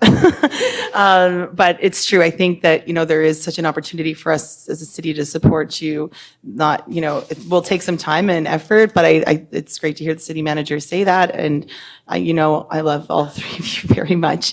And I was sobbing this whole time because I remember being there those first days with you and Alice, before even Marika came home, Alice was ready to put something in this community that was really going to start saving lives. And I think about the people that I grew up with who did not have this, who could have desperately used it, including myself. And you are moving mountains out there for our community, and there are no words for what you're trying to undertake. And, I personally, I want to be there to support you as best I can. So thank you for showing up here tonight. And thank you to my colleagues for your patience, because I know it's not the normal time frame, but you all just sat here and were patient with them, and it was so beautiful. So thank you to my colleagues as well. Okay, thank you. Councillor Hickey, go ahead. Thanks, Your Worship. I feel a little intimidated. I think this is a record. I've got 4 former teachers in the room now. Okay, that was a 80% answer so far. Thanks very much for the presentation. I think, representing a ward that has 50% child poverty rate right? You can imagine what the implications of trying to figure out who you are amongst a living situation like that is. And I think in what, the 6 months you guys have been you've been open, been how open long since would May that be? 1st, 11 4. weeks. So in the 4 months 12 that weeks. that your doors have been open to see the return on the investment you've made is significant, and I think you can see that across the community. What the city is well positioned to do is, you know, whether it's through our community grants program or otherwise, we can provide operational funding for projects like yours beyond what traditional streams of government funding can offer. So that's where we're uniquely positioned, and I think that's important. I'll offer that to you. Thanks very much for the presentation. And I'd say this, anyone around the table who hasn't had a chance to go to the Shire, I know you would be certainly welcomed. Thank you, Councillor. Councillor Radwan. Thank you, Deputy. Thank you, Marika. And to my dear old friend, Alice, it's nice to see you. I just wanted to say that I kind of hope the takeaway from this is that council's priority, one of council's priorities is to belong. And I think whether it be at work or school or out in the community, harassment is completely unacceptable under any circumstance. So, you know, and I've always strongly believed that we're not in any position to judge. So let's, you know, hold each other and help support one another so that we can all grow and move forward together. Thank you. And Councillor Norton. Thank you, Deputy. Through you, Alice, we've known each other since we've been yay high, a lot shorter than we are now. So we've known each other for since we were little kids. So the old adage, it's not your first rodeo before council, and you know the old adage is it takes a village to raise a kiddo, right? So thanks for being a part of the village. And you're doing it well. So thank you for your leadership, Marika, and your partners. So thanks for coming, presenting us, and lifelong learning continues, right? So it doesn't stop with this presentation, nor does it stop with this council. It goes on for an infinite amount of time. So thank you for the education. Appreciate it. Thank you. Okay. So thank you all very much for coming in. I want to say that, you know, our community is known for filling gaps, you know, whether it be people opening up food banks or running, you know, shelters or whatever the case may be. And you certainly stepped up, and you can tell around the table that you've got a lot of support. So even though we took 3 times the amount of time, I think it was time well spent. And I want to thank you all for coming in. Good night. Thank you. Thank you. Thank It's probably the first time you've seen Alice speechless. Thank you. We didn't expect any promises tonight. We just wanted to bring a point forward. Thank you very much. You're very welcome. You're very welcome. We Thank have you. a piece of art Oh, that yeah. we're leaving for you. And everybody who comes to the Shire gets cookies. We had a volunteer bring some in today. We're going to leave them Thanks. for you. Okay. Thank you again. Appreciate it. Yeah. Well, sometimes the life writes the presentation, right? Okay. Thank you very much. Next item, Common Clerk, please. Thank you, Deputy Mayor. So next on the agenda is item 10.1, and this is a bylaw consideration for a proposed amendment to the Heritage Conservation Areas bylaw. It's entitled Heritage Permit Renewals, and this is third reading taking place tonight. Okay, over to you, Jacqueline Hamilton. Commissioner Hamilton.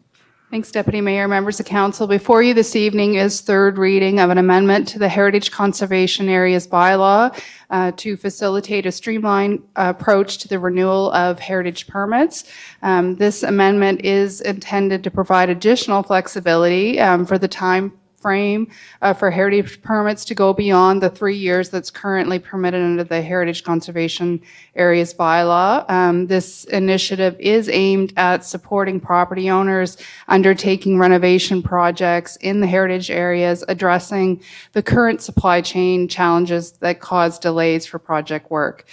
Council approved first and second reading on July 11th, following the required public hearing. After considering recommendations from both staff and the Heritage Development Board recommending the amendments, I can confirm that all legislative requirements have been met and council is now positioned to move forward with third reading. And with that as an introduction, I will turn it back over to the deputy and the clerk for the required motions. Thank you, City Clerk. Thank you, Deputy. So for this particular item, it requires two motions. First motion would be to approve reading in its entirety, and then a second motion to approve third reading by title. Okay, could I get a motion to read in its entirety, please?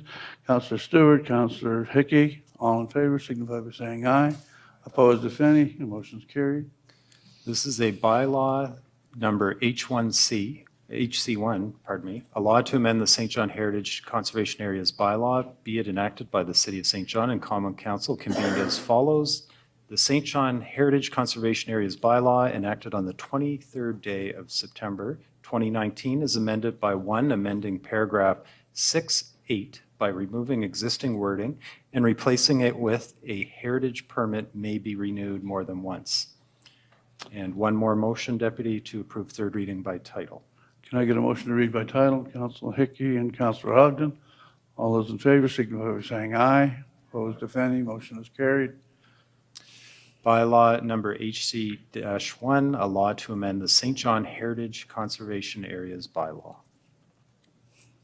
Next item, Common Clerk. Next on the agenda is item 11.1. This is a submission from Councillor Harris entitled Vacant House Tax. Okay, over to you, Councillor Harris.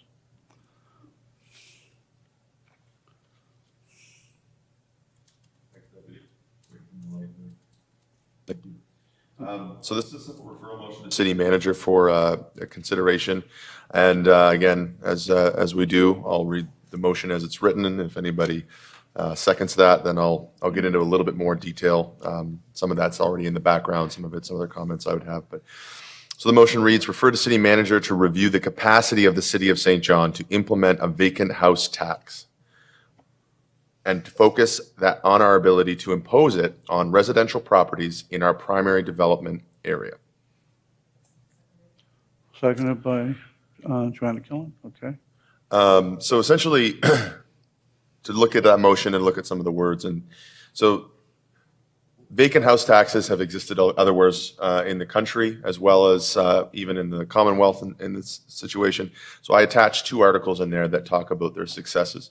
So Camden in the United Kingdom, as well as some other places in the UK, imposed this, as well as Vancouver here, all aimed at the same problem, decreasing the amount of vacant properties. In some cases, those properties were vacant because they were in disrepair, and the investment needed to repair them was not, I guess, let's say, lucrative of an opportunity enough to happen, and there wasn't any sort of penalties for leaving that building vacant. As a matter of fact, because of our property tax assessment system, you are rewarded for leaving your building in disrepair. So it lowers the property tax assessment around it, and it also lowers your own property tax assessments. And so in some places, that's what they did. Other reasons they've done it is due to an oversaturation of short-term rentals. So for me, this is, we need to bring it into St. John's current reality. We are under the Local Governance Act. We have certain limitations legislatively within the province of New Brunswick. Some of this I don't have visibility on, and so that's why it's a referral to city manager, so that we can get that visibility from our general counsel's office, from our legal team, as well from our even like Kevin Fudge, our CFO, to talk about how it might be implemented, what the cost would be of trying to implement that type of structure. So simply put, I can answer any other questions if anybody has on it, but that's kind of the brass tacks of why I'm bringing it forward tonight for consideration. Well, it is a referral motion, Councillor, so I think that there won't be any discussion on the motion itself. I guess we can talk about the the reason for, or the process for referring it, correct? Right. So Councillor Ogden, did you have a question on the process for? I had a comment, but if I have to defer it, I will. Okay, defer it. And Councillor Hickey? Yeah. No, you can defer it till it comes back. Councillor Hickey, go ahead. Thanks, Deputy. Is this on the process? No, yeah, of Okay, course. I'd just say I think it is important to refer this to the city manager, get some context within what it means in St. John's specific case, if it's going to tackle the issues we want it to tackle. I think that's important. I think that's why I want to see the referral. And I think that would be important. I guess limited to referral Yeah. talk. I'll leave it there. Thanks. Okay, that's good. Councillor Radman on referral. Thank you, Deputy. I kind of have a question. I mean, I'm in support of the motion, but I also kind of like the idea of allowing staff to even keep it broader. I know the mayor previously has talked about vacant land even not being taxed high. So anyway, I don't know if I could just throw that out there to leave it kind of to staff. Well, yeah, I'm sure that the staff will take all that into consideration. Okay. Councillor Any, Norton? oh, go ahead. Councillor Norton? Councillor Norton, sorry. Thank you, Deputy. Through you to Councillor Harris. Just wondering if there was any thought about referring this to Growth Committee rather than the city manager.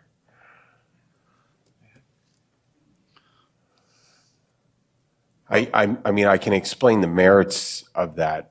It's one of the reasons why we stood up a committee structure of council, but it's repeatedly, we're not Okay, using maybe Finance city Committee or manager can- Growth Committee for the purposes of this. Step in on that. Your worship, through you to the councillor.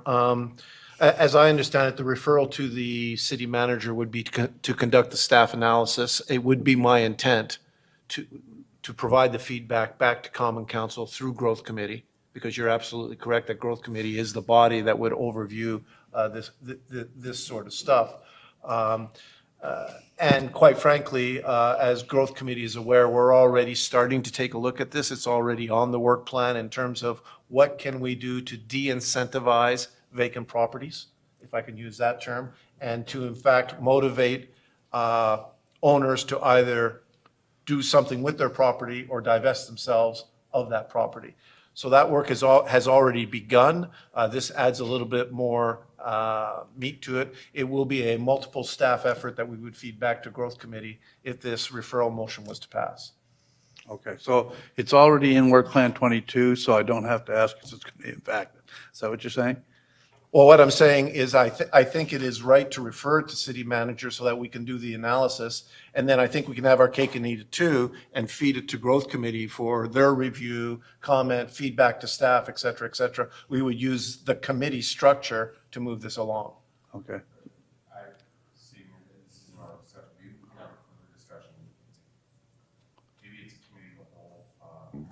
Discussion in terms of how particular motions come forward. I mean, if it was going to Growth Committee could have a more wholesome conversation around this, and then you and your staff could take it and then do the work that's needed, right? So for me, it's the cart before the horse on this one. Happy to support it. Process-wise, though, for me, it's a cleaner process to have the discussion at Growth, the debate, the conversation with the leadership team, the experts around that, and if you want to take it, you go. Regardless, I think there's an appetite to see it done, but procedurally, I see that's something where we can sharpen our pencil on and point. Okay, thank you. Councillor Killen on process. Yeah, just could you explain, city manager, on what we would need to bring it back to Growth? Nothing. Nothing, just. Nothing. Okay. By default in our committee structure, any staff analysis that is done that is specific to a committee's mandate, be it finance, growth, or public safety, we would bring it back to those committees before it comes to council, unless it is a time-sensitive or urgent issue. So when referring to you, we technically are referring it to Growth. It will go to Growth. Okay, perfect.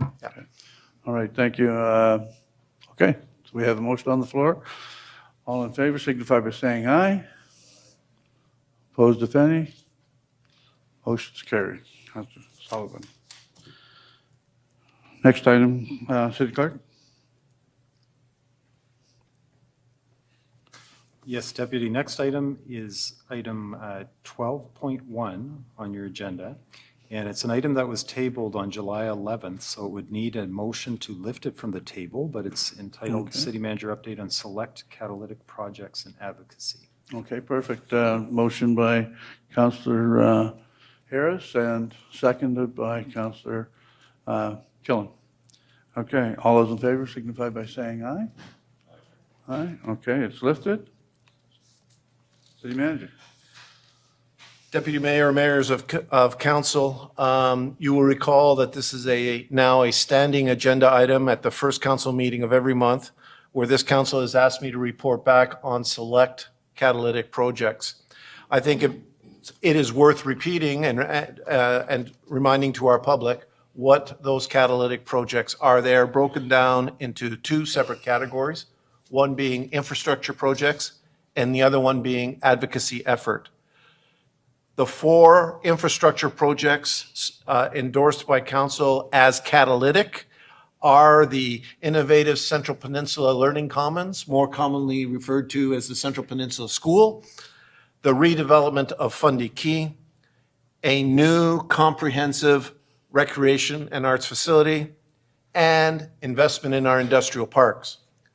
The 4 advocacy efforts are comprehensive tax reform, property tax reform, matching dollars for bilateral funding that is currently being left on the table, affordable housing, and post-secondary education and the importance to the city. This evening, the 2 that I'm going to give very quick updates on are the Learning Commons, or the new school, and affordable housing. On the new school, the proverbial ball is in the provincial court.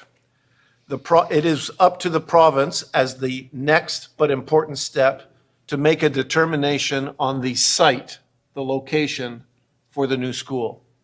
It is a project that is led by the Department of Transportation and Infrastructure, DTI, and of course, supported by the Ministry of Education and Early Childhood Education.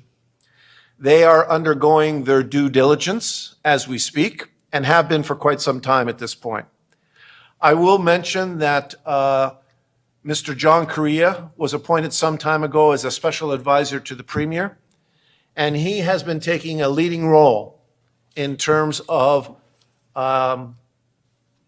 monitoring the progress and encouraging a resolution as quickly as possible. I personally am of the opinion that DTI is taking the mandate seriously, but they are challenged by finding the right consultants to do the right sort of work for them as they do their due diligence on site selection. I can tell this council that I am hopeful and somewhat optimistic that we should receive news on site selection by the end of August timeframe. I think would be a reasonable expectation. They are aware of the community's desires in terms of site location. They are aware of council's desires in terms of site location, and we now await for them to complete their due diligence and analysis process. On the advocacy effort, my comments are actually to set up the stage for what will occur tomorrow at Growth Committee on affordable housing. I am pleased to report that at Growth Committee tomorrow, we will roll out the first draft version of the entirety of the Affordable Housing Action Plan. We have already rolled out previously the needs assessment, and now by rolling out the plan, we start to identify the sorts of actions that this municipality should undertake in order to address the affordable housing challenge crisis that we have within our community. The plan that is being rolled out tomorrow is the first draft, and it sets the stage for additional public consultation over the next month as we continue to develop that plan. I mention it tonight not to usurp growth, not at all, but this usually has a bit more of a public audience than a committee would have, and therefore I feel it's important this evening to highlight it to our broader community that we will be, in fact, rolling this out and we will be seeking public consultation on the matter over the coming month. That concludes the presentation on the catalytic projects for this council meeting, subject to your questions. Thank you. Okay. I guess not. So I'll take a motion to receive and file. So moved. So we got Barry Ogden, we got Councillor Killen. All those in favor? Okay, we're good to go. Next item, Common Clerk. Thank you, Deputy Mayor. Next item is item 15.1 on your agenda. It's a submission from A. Johnson with a request to present. Is a recommendation that the presentation not be supported, but that the individual be invited to provide a written submission to council. Okay, can I get a motion for 15.1, please? The recommendation. Councillor Radman, are you? Councillor Sullivan, okay, and Councillor Radman, are you seconding it? Well, I need a seconder first. Sure, I'll second. I'd just like to ask if we can just discuss procedure on how to actually request to present. Okay, so you're seconding it? Yes, I'm Okay. seconding it, yeah. All right. So on the question, City Manager, can you? Sorry, I don't understand the question, Council. Just give an explanation on how people can request to present to council. Yeah, through the deputy mayor to the councillor. In essence, anyone within our community can request to present to council. There are no restrictions on it. The only thing we do as a staff is take a look at the substance, which is in your decks. You see what we see. And make a determination, is it within the scope of council? Is it appropriate for a presentation? Should the engagement be with staff first?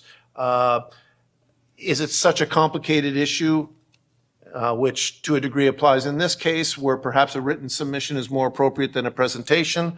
And then we simply put the request unfiltered into your package with a recommendation from staff as to whether or not it should be a presentation, a receive and file, as in this case, a recommendation for a written submission. Okay. Thank you. Any other questions? Okay. On the motion, all those in favor, signify by saying aye. 3, 4. 4 and again, 5. And against? Okay, motion's carried. Next item, Common Clerk. Huh?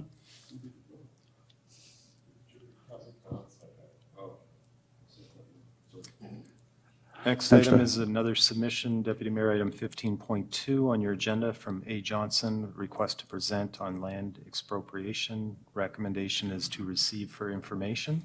Okay, can I get a motion to receive for information? Councillor Sullivan, seconder Councillor Norton on the question. All in favor, signify by saying aye. Opposed, if any? Motion is carried. Oh, I'm sorry, Councillor Harris, go ahead. Just a quick question. Around this, I guess I am, Andrew brings up a good point, and he's here, so I'll point him out.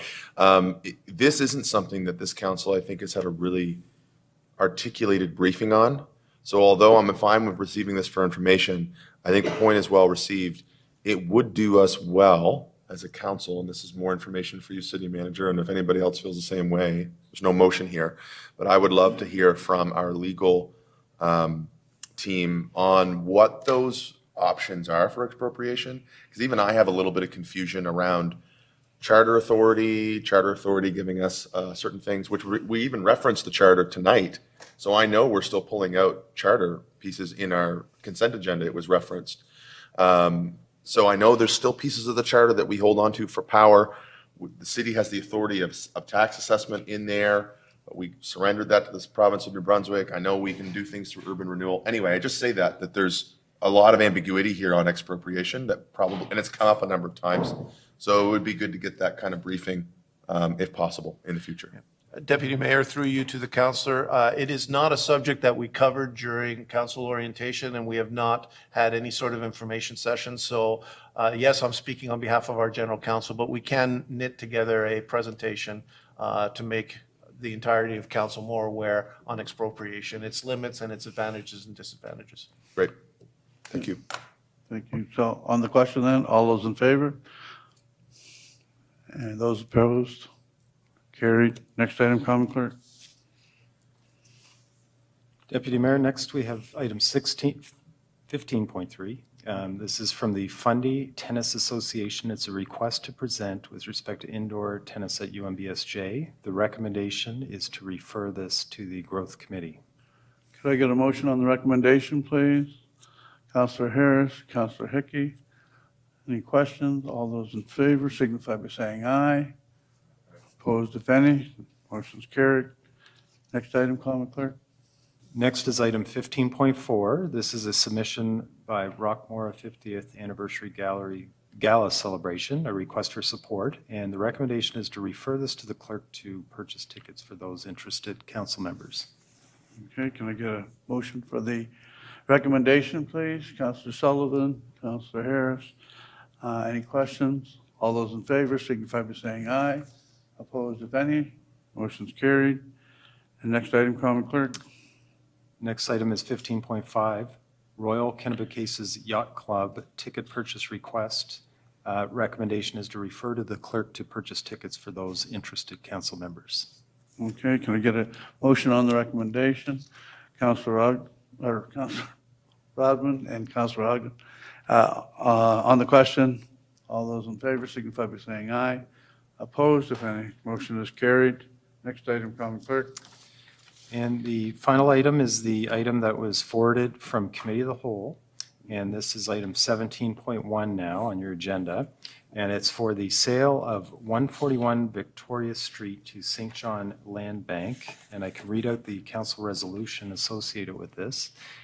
It's that the city transfer the St. John Land Bank, Inc., to the St. John Land Bank, Inc., the parcel of land located at 141 Victoria Street, also identified as PID number 379578, for $1, with any associated cost being borne by the purchaser on or before August 30th, 2022, and that the mayor and clerk be authorized to sign to execute any documents necessary to effect the transaction. Okay, can I get a mover? Dave Hickey and a seconder. Paul Radman on the question? No? That was amended. City Clerk, you did not capture the amendment of right of first refusal for the city. So the amended wording is right of first refusal for the city? We'll ask the General Counsel. Okay. Subject to a right of first refusal into the city. Okay, so that So would that be we added convey to the it record. to the St. John Land Bank for $1, subject to a right of first refusal into the city. And then the rest would remain the same. Thank you, General Counsel, for catching that. Okay, on the amended motion. Oh, do I have a question? Go ahead. Oh, sorry, Barry. I'm not sure if this is appropriate, but could we make sure those planters are moved to a more appropriate location so they can still be used?